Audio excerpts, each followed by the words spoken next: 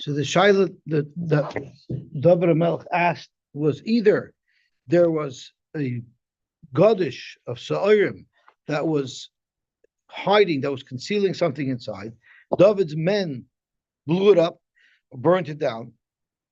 And now the question is, do they have to pay the damages of the things that was inside the Godish, or is it Potter? Because we have a machlokes between the Chachamim and Rabbi Yehuda. The Rabbanan hold that you're Potter for Tamim Beish, and Rabbi Yehuda holds you're Chayav for Tamim Beish.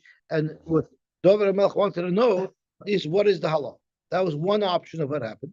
The other option of what happened was there were Pelishtim that were hiding in piles of wheat and in piles of barley or adoshim or lentils, and the army wanted to burn them all down and smoke them out. And the third option of what the Shaila was is they needed feed for the animals, so they wanted to feed off the godishes that belonged to Yidden, and they would eventually capture those godishes belong to the Pelishtim, and they would pay back.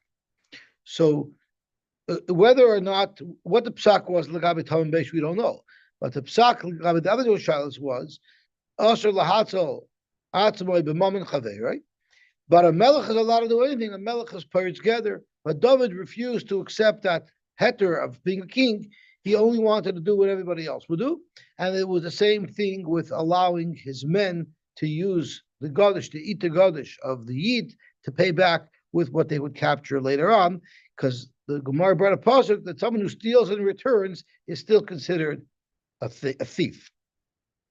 So the Gemara ponders why the different things are mentioned in the psukim. Like, for instance, why is one pasuk brought down discussing a pile of adoshim, while another pasuk is brought down discussing a pile of sa'irim? The Gemara said if the question of Tamim Beish, there must have been another question asked there as well. And that's why there are two different godishes.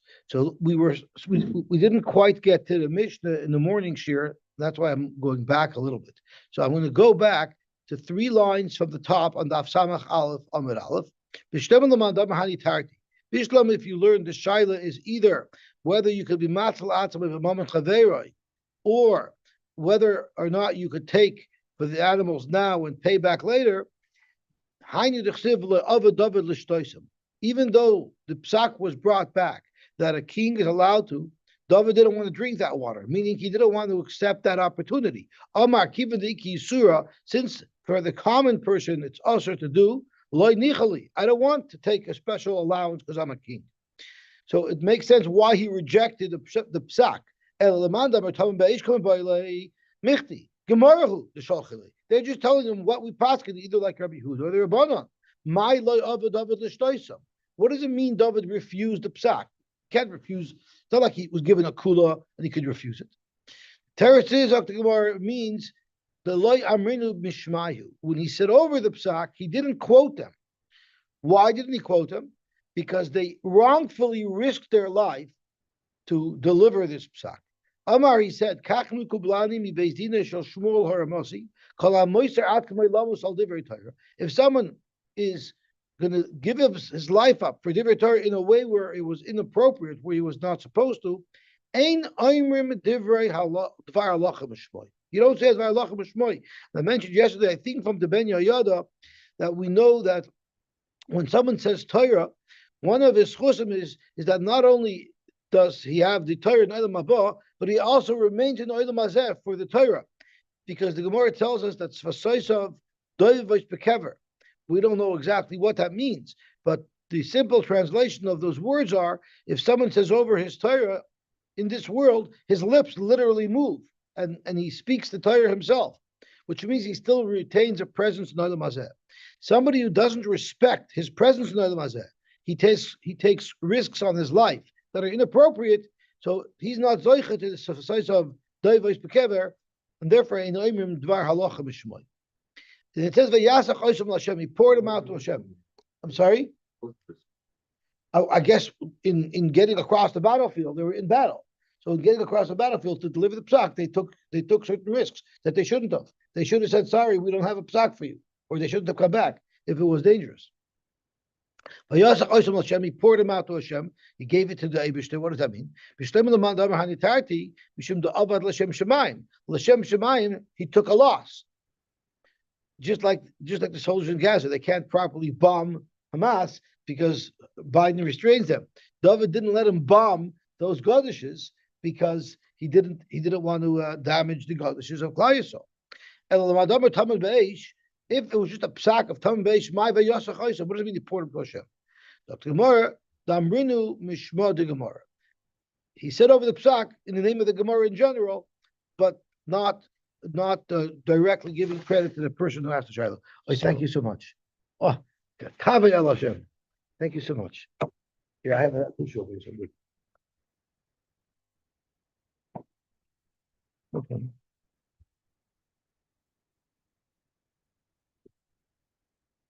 So I'm at the bottom of this left because I'm afraid this will dissolve. Put the water up. I don't know why you put fresh water from the kettle. Because I'm in such a rush. When I come early enough, I can do that. See if I come early enough, it's not a problem. They come in the middle. Okay. Zok to Gemara Vayter. So we're up to the new Mishnah. What happened? And this is really the subject that Victor raised yesterday. I believe it was Victor or it was Duvi. Is to what extent am I responsible to watch my flame? What do I have to do to keep it safe? What is my responsibility as far as keeping a flame that I'm allowed to have in my property, a flame, and I just want to keep it safe? What level of protection will it require? So Zakta Mishnah, over Geder. What if you had a barrier around your property, but the flame managed to get over the barrier? And it was a barrier, that's 8 foot. You have an 8 foot high barrier. That's a pretty good fence. Or it crossed the derech harabim, which I believe Rashi tells us is Yud Vav Amish. It's 16 Amish. The Diglei Me'agolois, the Diglei Midbar. We know it from the Agolois, the wagons that were used to transport the parts of the Mishkan. We learned Masech Shabbos that from that cheshbon we learned that Rosh Hashanah is 16 amos wide, or nahar, or it went over a river bed. Well, we'll see. It doesn't have to necessarily have water in it. Potter, those are considered barriers where the person responsible for the fire could have assumed that it wouldn't have traveled.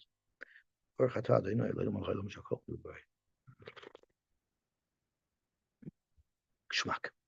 Vatanya we learned. Frankly, more Vatanya we learned. Over a geder shugavoya arba amish chayiv.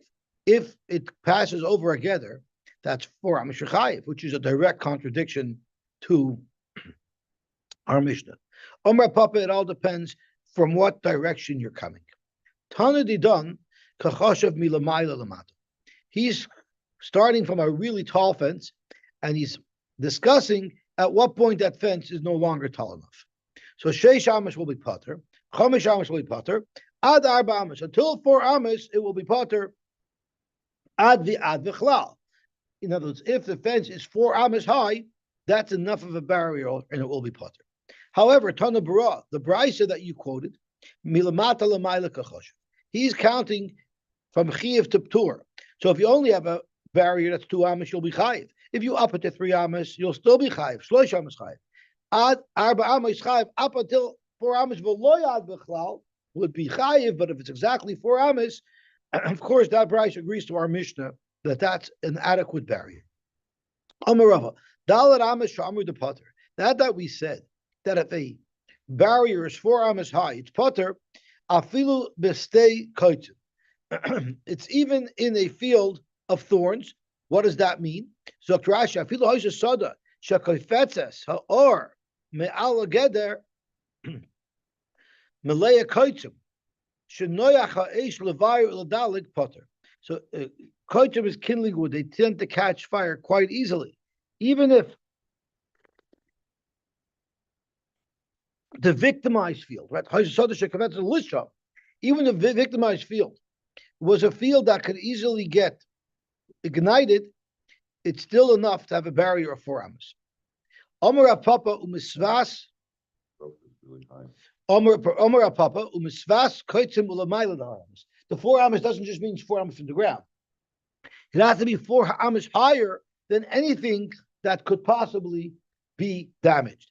And Toshus gets very technical into what this means. I'm just going to look through Toshus. I don't want to get every detail clear because it's a little bit technical, but let's just quickly look at Toshus. Altogether, Shugavaya Arba Amis, Bigamar Mafarish, Arba Amis Misvas Koitzim Ulamayla. So it has to be 4 Amis. That's really subjective because it all depends on what's growing on the other side. But near Lari, the Irish She'ena Gerder Gavaya Min Shalheves, the Gether is not higher than the Shalheves.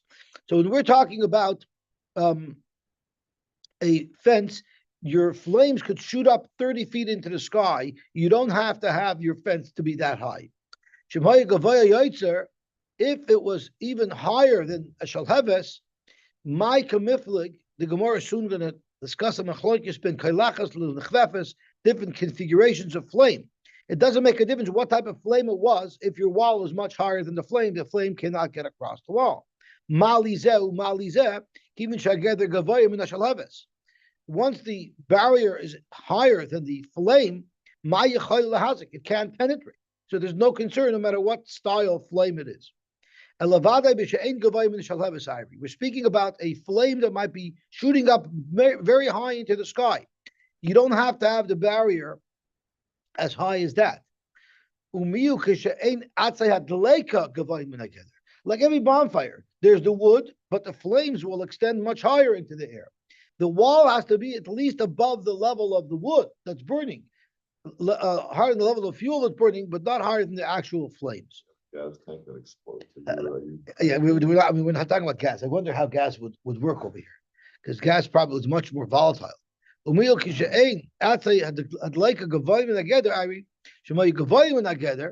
they were higher than together,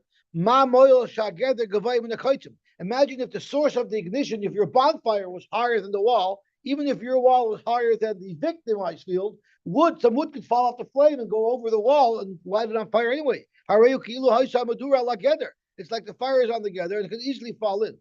So the rules are to make sure you're properly protecting your flame is the wood of the flame would be no higher than the level of the wall, or even lower than the level of the wall.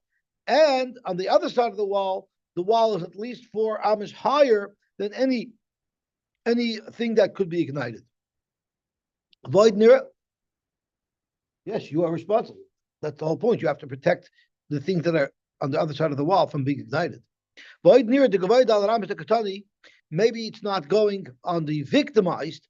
It's not going on the kachim. Up until now, the 4 amos that we're talking about is 4 amos above what's going to be burnt, which Duvi doesn't like, right? It's subjective. So look at Tosha's second shot. Void near the Gavoid al Ramis Katani. Maybe it's going on outside the lake. It's going on your side, on the level of the wood on your side of the fence. Koi shaged the Gavoya me outside the lake arba amos. For a Bava Bala Haisif, and Papa comes to tell us, Nami, oh, so Papa is saying you do need that. So regardless, you need both. Fence, then the guy on the other side of the fence could add something. Right. So if someone has something that's susceptible to flames, I guess you have to be more careful with your fire. So he could make you miserable. He could put kindling wood there and cause you to have to always lower your flame. Okay. So Zok the Heilige Gemara weiter. So it's 4 amos. Amar Rava Dal Amish Amar the Potter. Afilu b'stekoitzim. It's even in a stekoitzim. Amar Papa b'stekoitzim on the Milo Dal Amish. Amar Rav lo shanu elo b'koilachas. So what is a koilachas?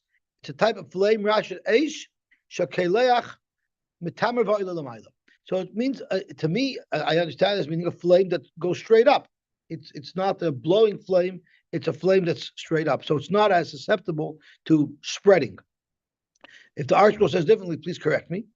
Abo b'nechvefes, which Rashi touches in 2 different ways. Either nechvefes means sharuach mata oisa v'kaifel otztaten. It's a blowing flame, so the flame is moving horizontally. Umafzik hashal heves v'doileges. So it allows the flame to constantly surge forward. That's a much more dangerous spreading type of flame. Or lishnachvina nechvefes means it's a crawling flame. It runs along the ground, eating up everything in its path. Ish nemucha hoileches v'nisreches b'asavim u'v'ksamim shal gabi akarka. It's literally what we call scorched earth type of flame. Hilchach afilu over derech rishusarabim rochav ma'oid chayiv, because it will be able to travel much greater distances and will not be stopped by a barrier. So let's see what the Rav said. Lo shanu el b'kalachas, a calm flame that's going straight up like a typical bonfire. Avu b'nechfefes, if it's a flame that looks like it's going to travel, afilu ad meya amah chayiv, you even chayiv up to meya amah. Now, the pashat reading of this Gemara means even if your wall is 100 amos, you'll be chayiv. But Tosfos makes a difference between vertical barriers and horizontal barriers. Let me just see another line in the Gemara, and then I want to peek into Tosfos. Shmuel Amar Masnisa b'nechfefes. The Mishnah is speaking even by a wild, more dangerous fire where the 4 amma barrier will be adequate. Avul b'kailachas, if it's a calm fire, then you can be mekel afilu kol shu potter. Tanya Kavase the Rav, which was machmir, amed devar mon b'kailachas avul b'chfefes. The eitzim etzuyin law, and there's fuel there that could easily allow the flame to spread. Afilu ad meya mil chayiv, or even chayiv ad meya mil. Over nahar or shalulis. What if it crossed a river or a shalulis? A shalulis, we will soon see what a shalulis is. The Gemara will explain soon. But it means some type of body of water. Shehem rechavim ches amas, that are 8 amas wide. Potter, you will be potter. So these are all things that are considered good barriers. So let me just look at Rashi. At Tosfos, because Tosfos says over here, Lo shanu ela b'kailachas, which is what Rav said, and Tosfos ageder kai, it's referring to a gate, and therefore he changes our girsa. V'garas avul b'nechfefes afilu ad meya amma. Our Gemara says afilu ad meya mil, I believe. No, it's also says ad meya amma. I'm sorry, our Gemara is also ad meya amma. Well, the garas meya mil. The mil is shaykh begoiva. No one's discussing a wall that could be 100 mil high. That's not a. Normally, you use 100 amos, referring to the very high wall. Talking about vertical or somewhere horizontal? So let's see. Well, the Svia Svarim, the Garsi Meya Mil, if you're going to be Gairs there, Mil, Tzarech Loimer, the Koya Derech, which is a rabbim. It's talking about a horizontal barrier, meaning like the Derech, which is a rabbim. So if you're talking about a wall, then the comments of the Gemara of Rav would have been, even if it's Meya Amos high. If you're talking about a road, which was the barrier, then you would use the Lashon Afilu Meya Mil. They near it, but it doesn't make sense to say that's what Rav was talking about. Because right after the discussion of Rav and Shmuel, the Gemara brought this Mishnah that we just learned, the Derech HaRabim. It's mashma, we weren't talking about Derech HaRabim as a barrier until now. We were talking about a wall until now. For Minala, Mantana, mashma, that Hashta, like Iriba, up until this point, we were talking about a wall. Afagab the Brisa, the Tanya Kavase, even though the Brisa that we brought as a raya to Rav, it does say Garas Mil, and therefore the Baroich of Iri must be speaking about a barrier of horizontal space, like a river bed or a street. The because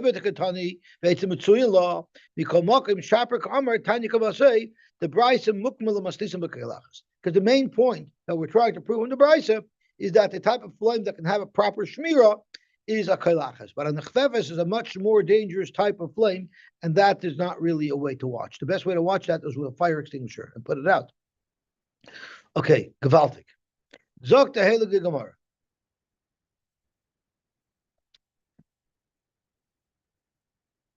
Okay, so we have this new thing of ches amos, right? We learned a Rosh Hashanah is Yud Vav Amos, is 16 amos, but a Nor or a Shalulis is enough to have 8 amos wide. Derech HaRabim.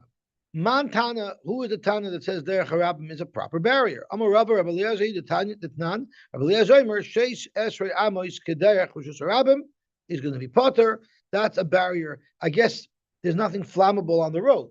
So the flame, no matter how much it's jumping, wouldn't find a source of ignition, or wouldn't find a source of fuel within reach, so it wouldn't spread. Rav Omar Nahar Mamish. It means a literal Oy Nahar. So when the Mishnah says Oy Nahar, which would be a barrier, Rav holds it means a Nahar Mamish, a regular river. Ushmul Omar Arisa de Deloy. If you remember, we have an Arisa de Deloy. That's a trench that's 1 amma deep by 1 amma wide. Remember that there was an animal that fell into it, and the Gemara asked if only 10 tefachim kill, and this is only 6 tefachim. So how does it work? So remember the Gemara answered that since when the animal is standing up, his torso is 4 tefachim above the ground. So when he falls into the Arisa de Deloy, he ends up falling 10 tefachim. So Mandamar Nahar Mamish, the Mandamar learns it's a regular river. Afagav the Lekamaya. If it's a river, even if it doesn't have water in it, it's still considered a barrier. I think so. So you might ask me, if it doesn't have water in it, so why is it any different than a road, which needs to be 60 namas? So either Rashi or Tosfos says, that Vibalt, normally a river goes down. Here to Hanachal. Sodom Mikan, the Sodom Mikan, Hanachal Omuk Be'emtza. It's not flat. It goes down into a trench. So it's talking about pay over there. But I'll call upon them. That's why it would be. That's why less of a distance would work, because it drops off into a trench. So it's a better type of barrier. But if it's a small thing and Arisa de Deloy, it's only an amma wide, he is beimaya in. If it has water, then we would consider it a barrier. Of a less beimaya loy, it wouldn't be considered a barrier. Now, we know that every Yid who has a field, he has to separate payah to leave to the aniyim. What happens if you have 2 fields side by side? Then, of course, you have to have 2 times payah. The question is, what determines what's a proper demarcation to render one property into 2 fields, which would then mandate you leave a second set of payah. The following barriers are considered barriers that will make this field severed into 2 separate fields that will now be mechayiv you to separate pay in each field. Hanachal, if there's a river that goes through it. So here Rashi Sodom Mikan, the Nachal Omuk Bem. So there's a deep Nachal in between. I don't know what the definition of deep is. Chayiv Laniach Peya Mikol Echad Vechad. You can't say this is just one field because they border each other. Rather, each field needs its own payah. V'ashalulas, and a shalulas. The Gemara is soon going to explain what that is. V'derech hayachid, which Rashi says is only a distance of 4 amas. V'derech harabim, which we already know is 16 amas. Rashi implies that dry river, like a public road, is 16 amas wide. Dry river. Other Rishonim, however, require river. Oh, so I probably saw this in Tosfos. I probably saw it in Tosfos. Yeah, that's where I saw it in Tosfos. Mandam nor mamish alvagav blessemaya alvagav the rishos harabim boy tezayin ames hochasagi bechas amois mitoich shahanor amuk v'gam yesh boy kridus mayim sha'ivim by Tommy. I guess from time to time water does go through it, even though it's a dry riverbed. Yeah, so the rishonim that I got it from was Tosfos. I don't usually look further than that anyway. So so it was Tosfos. So the Tosfos that Rashi was quoting, and I guess other rishonim as well. Okay, so Zok to Gemara Vayter. So what is the shalulas? Rabbi Yudah Shmuel. It's makom shemei geshamim shaylim sham. It's like a puddle. It's a place where rainwater gather, or it's a ditch. Like I remember before we had curbs on our street in growing up, there were ditches that ran across the properties, right? Sidewalk. There was no sidewalks in the old days. Remember growing up, they didn't have sidewalks, they had ditches. So that's what it is. It's a place for rain and water to gather. Sorry? That's right. Rabbi Yochanan say what it means is the amas hamayim shemechalekas shalol la'akpei. It's actually an amas hamayim that's designed to be an irrigation canal that delivers spoils of war. In other words, water that's needed to the people on its branches. As Rashi says, shemash k'noison mimena, they irrigate their fields through it. They noison pears, and that leads to them being able to grow beautiful pears in their fields. It's just a ditch. Kolshkin amas hamayim, because that's, I guess, always full of water.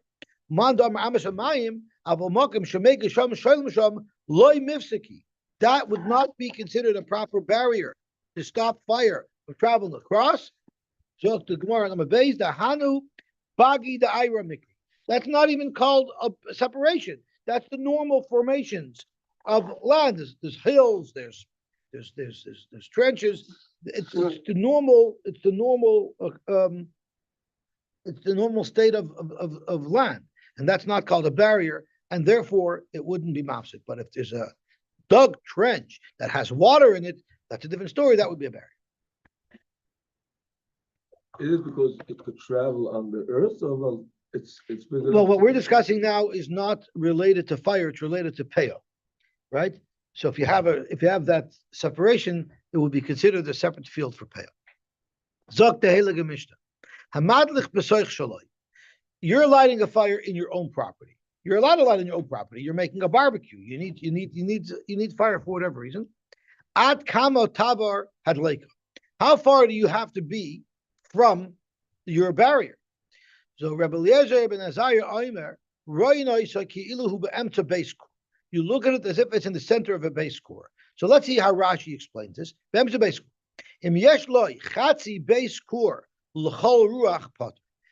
If you're smack in the middle of the base core, then you have a half a base core of distance in every direction.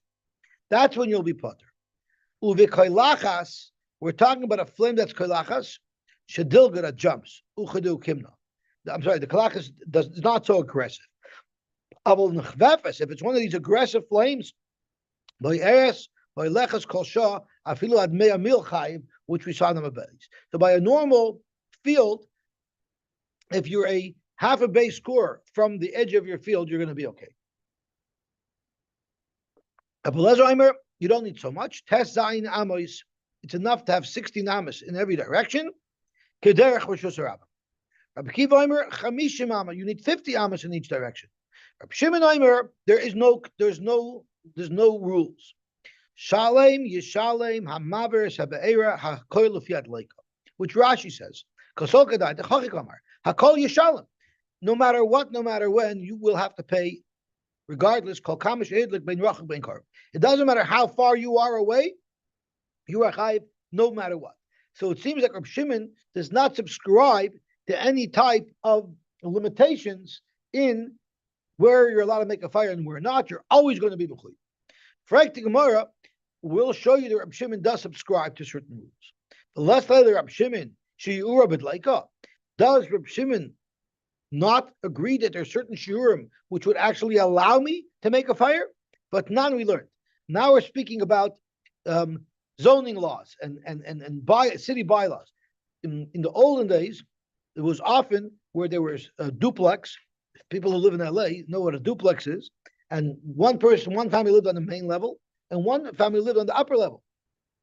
Toronto also. And what do you mean? They don't have duplexes like that. On an apartment building they'll have. But a duplex where one person owns the main level and one person owns the second level, they don't. So we had to learn all the points about that as well, right? Apartments were split up, main level and lower level. I'm sorry? All right, the Borough Park as well. But they call it a two-family house in New York. That's a duplex is a two-family house. Two-family house. Actually, nowadays a duplex is a six-family house. But I'm saying a duplex used to be a two-family house. But Tanan we learned. Lo yamid odom taner b'soich habayis. What if you're on the main level and you want to set up a big pizza oven, but the guy above you says, "I'm not interested in having my floor burn through, and then my bed will fall onto your oven. I'm not interested in that." So the halach is lo yamid odom taner b'soich habayis elam kain yesh al gaboy goyver dalet amos. Unless there's 4 amos from the top of his oven to the underside of my floor, it's too close, and you're not allowed to put it there. What if the fellow on top wanted to have an oven in his property? Well, then, he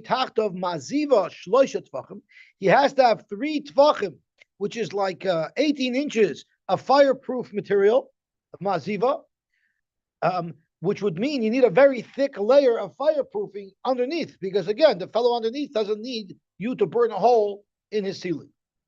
Ubekira, if it's not a full oven, it's a kira which doesn't produce as much heat. Tevach, it would be enough to have 6 inches of fireproofing material. But it doesn't make a difference what type of protection you have. That just allows you to put the oven there. But regardless, you'd have to pay anyway. Now, Reb Shimon says, all of these rules are not merely a question if I'm allowed to or not, but regardless, I would have to pay. No, these shiurim will actually pater me. Elashem hizuk pater mi l'shalit. So you see from here that when you have these rules, it does limit your liability. So why is it that when it comes to making a fire in a field, Rabbi Shimon says unlimited liability, while when it comes into a house, it's a limited liability?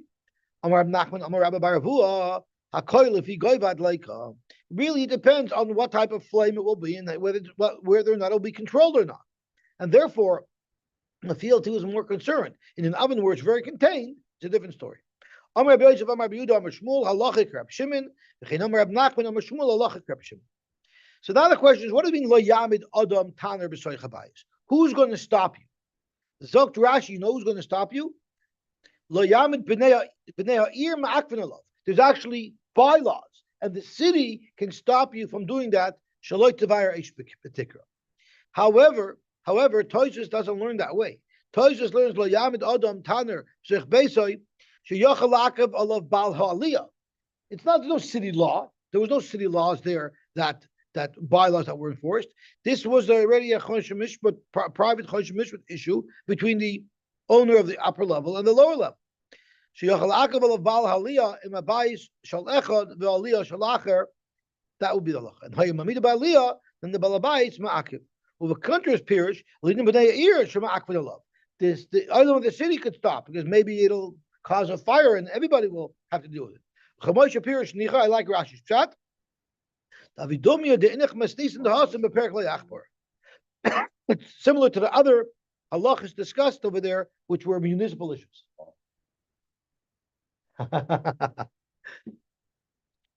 Okay, very good. Now we're going to get into the shaila of Taman Beish. You lit a gadish on fire, and they were kalim inside it, which is a classic case of Taman Beish. V'dolku, and they were ignited, they were destroyed. Rabbi Yehuda says, Mishalim Masha v'soicha, because there's a chiyuv to pay for Taman Beish. V'chachamim oimrim, Eini Mishalim Ella Gadish Shel Chitin Oy Shel Sayir. So whatever wheat or barley was displaced by the kalim inside, you have to pay that value of wheat, because you could have assumed it's all wheat. This is the famous mission that we had many times. If there was a gedi tied to it, the eved samachloi or eved decided, meaning if the eved dies, I'm not chayiv for his death because he could have ran away. Even if the eved got burnt with it, but I'm not liable to pay, so therefore there's no kamle b'derabim chayiv. I'll be chayiv to pay for the gadish and for the gedi. But eved kafasloi ugdi samachloi, which means once it's eved kafasloi, now there's a kamle b'derabim v'nisraf imoy. Potter and potter for everything because there's a kamle b'derabim. Even if it was shoygin, there's no asra because we go according to Chizkiah. Rashi speaks out that chayvim is shoygin if it's something that could have led to death, even though in this particular case it doesn't. There's still a kamle b'derabim. Even though the chacham hold your potter by Taman Beish, there is a place where the chachamim are moeded Rabbi Yehuda that you are chayiv on Taman Beish. When is that? B'madlik esabira. If I light someone's house on fire. There you have to pay anything that's inside the house. Because I can't say I didn't know what you had in your house. It's normal that you would have all these different things in your house. Masha'ekin by a gadish, it's not normal to keep computers inside a gadish. Now, there's two factors here that we're going to have to sort out. Because there's a derisidic halacha of a tour of Taman Beish. It's a tosser. So it doesn't make a difference if I have a svara, if it belonged there or not. It's a deraisa. But there's also a case where it will be totally in svara, and the Gemara is going to flush out what the differences are. Any object that's reasonable, but there should be something in EB5. Well, that's the question. If there's a tour with the rise of Taman Beish, it doesn't make a difference what's in there. That's what we're going to have to figure out. Where's that relevant? I don't think that's what the Gemara says, but let's see what the Gemara says. Amarav Kahan, Machloikis b'madlach b'soich shullah. Where is there machloikis if there's a blanket tour of Taman Beish? That's when you're talking about the Eish that the Torah is referring to. Where I wasn't Adam Amazik, I didn't go light someone's house on fire. I had a safe fire or a fire that I thought was safe in my own property, and it spread. He said Eish, right? And then it went out. There, Rabbi Yehuda's mechayiv and this ketamim beish for abon patri across the board. But if you're going to go and light your friend's house, you ignited the flame by your chaver. Divrei HaKoil, everybody holds, Mishalem Kol Masha B'Soichai, you pay everything for all the damages. Rashi says, B'madlik, B'Soichai Chaver, Ein Loi Rishus, Bava Kema Abed B'Yodai. That's almost like Adam Mamazik, the Adam Ud Loilam. So that's what Rashi says. It's Kema Abed B'Yodai. So Amalei Rava, if that's the case, if it's Madak L'Shal Chaverei, Yochi Aditani Seifa Moedim Chachamim Rabbi Yehuda, B'Madak Sapira, Shemishalem Kol Masha B'Soicha, why Shekain Derech B'nei Adam Laniach Bebatim? According to what you're saying, I don't have to go to such a case. Lift like Velista B'Dida. Pick a closer case where Rabbanan are going to be moeded that you're chayiv on this kitabim. That's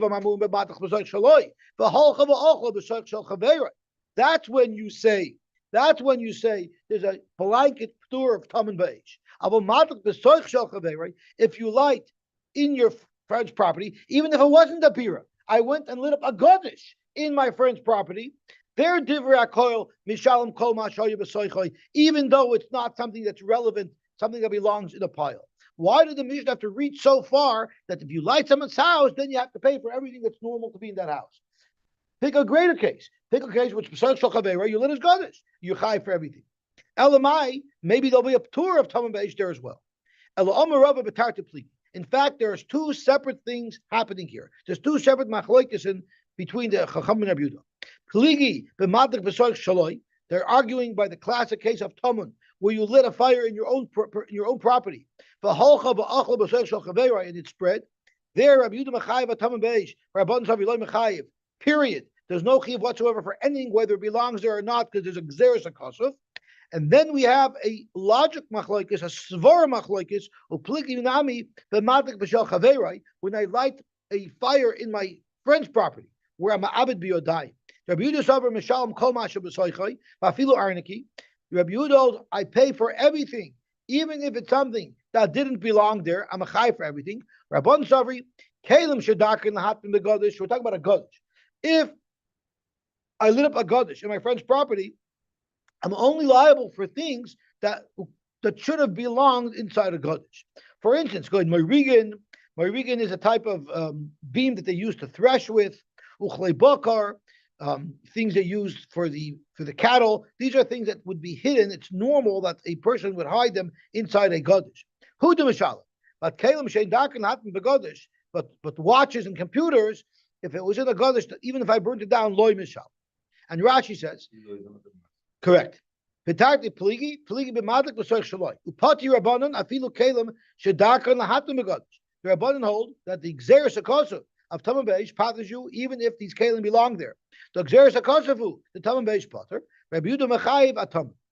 Uvekelim loy shanu oisan shein dakan lahatim v'loy shnu oisan shedakan lahatim. You're chayiv for everything. Bebira is a migdal gadol, marikin across. So Tana Rabbanon, Hamadlik is a gadol shoyu by Kalim. B'dolku Rabbi Yehuda Aimer Mishalem Kol Ma shoyu b'Soichai. Hamayim ein Mishalem ela godish shalchitin a godish shal siren. V'royin makam Kalim ki'ilu hu malei tvua. Hamed avar mamurim. This applies. The madlik b'Soich shaloi v'alcha v'dolka b'Soich shal chaverai, which is the classic case where you have a heter kulav Taman Beis. Av a madlik b'Soich shal chaverai. Mishalem kol ma shoyu b'soichai. You have to pay everything that's inside it. And here's where we had a moment ago a machlokes between the Chachamim and Rabbi Yehuda. Rabbi Yehuda holds you would pay for everything, and the Chacham holds you only pay for things that was normal to be in those places. Umayid Rabbi Yehuda Chachamim b'mashal makam. We'll stop here. Oh no, we have a little bit of extra time. We have a little bit of time. I'm sorry. Those words, but it doesn't say that. It doesn't say what. Right. Everything doesn't say just the things that are normal. Oh, this brisa. Yeah. Okay. But you see beferish from the Gemara. That's how it goes, right? So let's have a look at Tosfos. Tosfos also goes through in greater detail this machlokes. El Amar Rava b'tarti pligi b'madlik b'soich shaloi. The Rabbi Yehuda mechayiv afilu arniki begodish. Rabbi Yehuda mechayiv even on an arniki, a wallet in a godish which really doesn't belong there. Shein derech laniach. Midinakat moedim chachamim. Since the Brayso says that the Chacham agree to Rabbi Yehuda, the madlik esabira, when you light up a beer, that's where you pay for the arniki, because that's where an arniki belongs. The lakach nachat bira.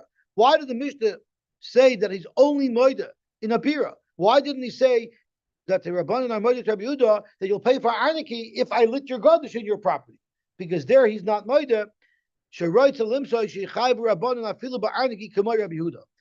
see from Tosfos that the Balta Mishnah only said that I'm chayiv for an arniki in a bira. You see the Chacham hold, even if I'm madlik b'soich shel chaveroi, I'm only chayiv on something that would reasonably be there. But Rabbi Yehuda you'd be chayiv on everything. Come on, Rabbi Yehuda. Rabbi Yehuda mechayiv b'madlik b'soich shaloi, and if Rabbi Yehuda wasn't mechayiv everything, even if you lit the fire in your own property, eladavka b'marigan, if he was only mechayiv you for things that belong there, then havele lifluge b'dida, we could have said something else. V'leima demoidim chachamim b'madlik godesh shel chaveroi the chayiv b'marigan. Alavadai mechayiv Rabbi Yehuda b'madlik b'soich shaloi afilu ba'arniki b'godesh. Rabbi Yehuda is on one end of the spectrum, where even if you lit the fire in your own property, you'll be chayiv if it burned down the godesh of your friend and anything inside the godesh, even things that don't belong there. For Rabbanan loy mechayiv, the Rabbanan are mekel, they're on the other end of the spectrum. Loy mechayiv afilu b'marigan, even things that belong in the godesh you don't have to pay for. If you were matik b'soich shaloi, the katani einim mishalem el godesh shel chitim. So that's machlok is number one. Upliginami b'matik b'soich shel chaveroi. Even if you lit a fire in your chaver's property, where the chachamim hold you don't have the blanket heter or the blanket tour of Taman Beish, Rabbi Yehuda Machayev afilu ba'arniki b'godesh. Rabbi Yehuda once again is Machayev for anything that's inside there.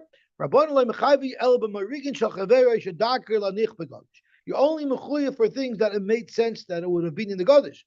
Or arniki b'bayis shederech laniach kol davar shebebatim. In the house, everything you're chayev for, because people have everything and anything in their homes. V'temayu yesh lefar. So what is the reasoning for this machlokes? Rabbi Yehuda loy poter b'tamin klal. Rabbi Yehuda holds there's no such thing as a tour for Taman Be'esh. For Rabbanan, the Madach B'soich Shaloi Patri Kedemash Makra, because you have a pasuk, Xeris HaKosov, it says Kisei Eish, the Iri the Madach B'soich Shaloi. Avol the Madach B'soich Shal Chaveiroi, there the Rabbanan are moided that you don't have a blanket heter of Taman Be'esh, therefore Mechayiv, but only B'dova Shadakar Lahat, only if it's something that's the derech. Why? Mati asks this kasha, why Ayit Adam Amazik? Zokt Tosfos d'lei ashkechan the potter beikra top. First of all, you don't have a blanket tour of top. Uvedavar shein darkei patri misvara d'lei boilach lasuki adaiti sheyanich adam arniki b'godesh. I have an argument to say, yes, I damaged, yes, I had no right to light the fire, but I had no idea that this would be there. I'm not liable for it. Why don't you say adam would light them there? I don't know, but there is such a svara that when I lit the fire, my liability should be limited to what belonged in that godesh, nothing more. So if I lit up your underwear, I should be mechuyev for any cash that you had. That's bullshit. Okay, so we'll stop here. Go ahead.